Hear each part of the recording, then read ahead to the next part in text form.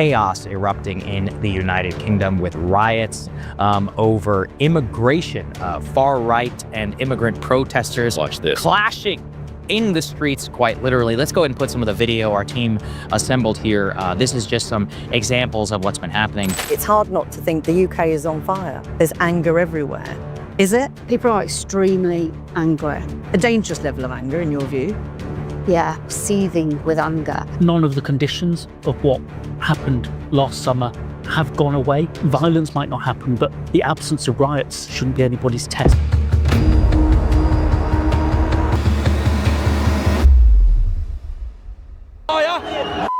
Traitors, mate, a lot of you. This is our country.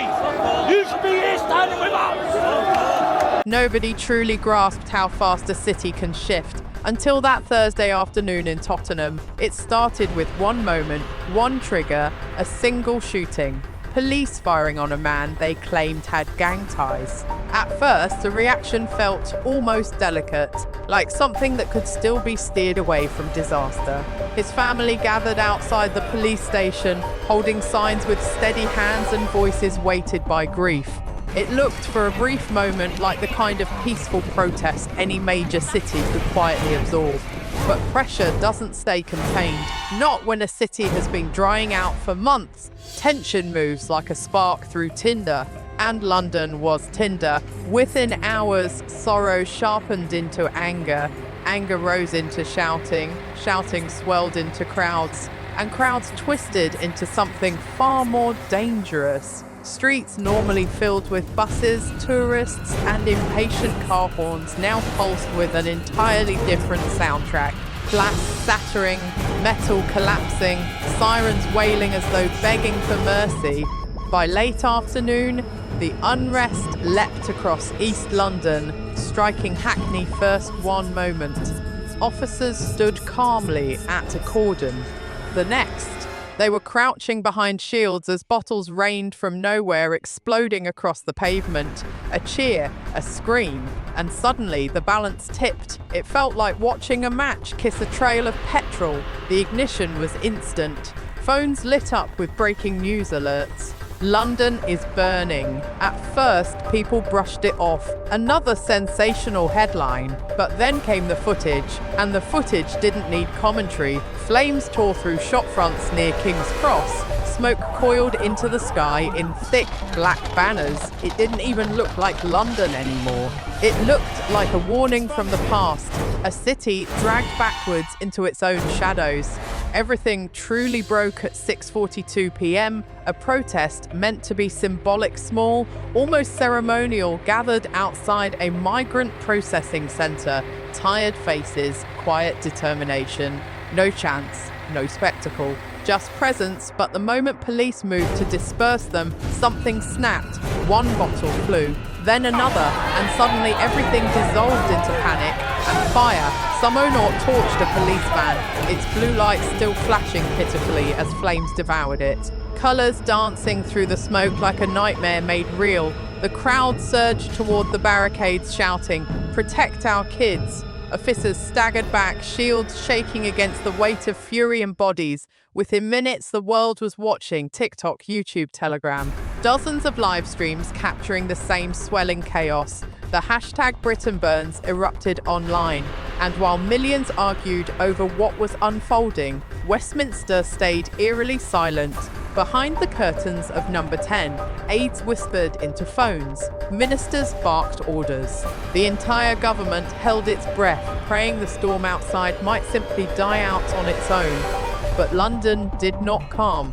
London ignited. By 7 p.m, unrest spilled into Shoreditch, Camden, and then across the river. A fireball tore through a street outside Brixton Station in Canning Town. An overturned police van skidded across the asphalt like it had been shoved by a tidal wave. A government billboard near Westminster was ripped from its frame, dragged into the road, and set ablaze while crowds circled it in fury. Every new video poured more fuel onto the digital wildfire. Journalists tried calling it civil unrest, but no one believed those soft little words. Not with a city unravelling in front of them. From Parliament steps, smoke drifted across the Thames. From Canary Wharf, flames blinked in the distance like the edge of something breaking.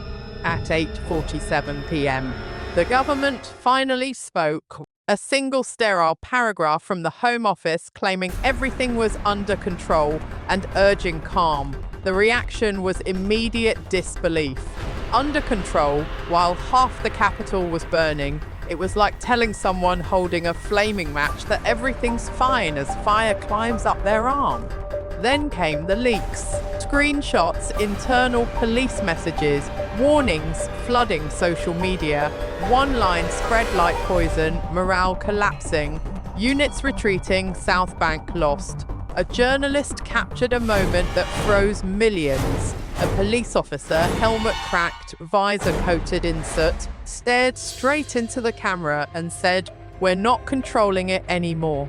The video cut out right there. By 9:15 p.m, London resembled a battlefield, sirens echoing off empty streets, abandoned buses sitting sideways on the road, shops slamming shutters like they were bracing for a storm. People grabbed whatever they could carry. Reporters struggled to film without being shoved back or screamed at. The anger had shifted. It wasn't just against police anymore. It was aimed at the media, at the government, at anyone tied to the official story. A drone captured a chilling aerial shot, the Thames black and silent. Beneath a city glowing amber with riot fires, Parliament sat in darkness, illuminated only by the flicker of flames licking its walls. Inside Downing Street, chaos reigned. Advisors pacing, phones buzzing, ministers shouting over each other. An aide burst in. Pale and shaking, they've breached Trafalgar Square. The Prime Minister didn't react at first, then quietly whispered, "God help us." It didn't sound like resolve. It sounded like confession. By 10 p.m, the unrest had spilled far beyond London, Manchester, Birmingham, Leeds, each city glowing like a warning light on a national dashboard. Migrant hotels surrounded, police stations fortified. Bristol erupted next. Nottingham followed. Helicopters drummed overhead while crowds thundered, "We are Britain." It no longer sounded like protest. It sounded like declaration. Then came the moment that stunned the country. In South London, a line of military veterans placed themselves between protesters and police. No signs, no chance, just a silent wall of men and women who'd once protected Britain abroad, now standing guard at home. One veteran looked into a camera and said, "We fought for this country once. We'll fight for it again." The clip hit 10 million views before midnight. Inside the BBC control room pandemonium, producers murmured that Downing Street wanted the visuals toned down and the word riot avoided entirely. But it was far too late. The images were everywhere. Fires consuming Shoreditch, cars overturned in Croydon, mothers live streaming from balconies screaming, "Where are the leaders now?" At 10:42 p.m, a blackout order rolled out.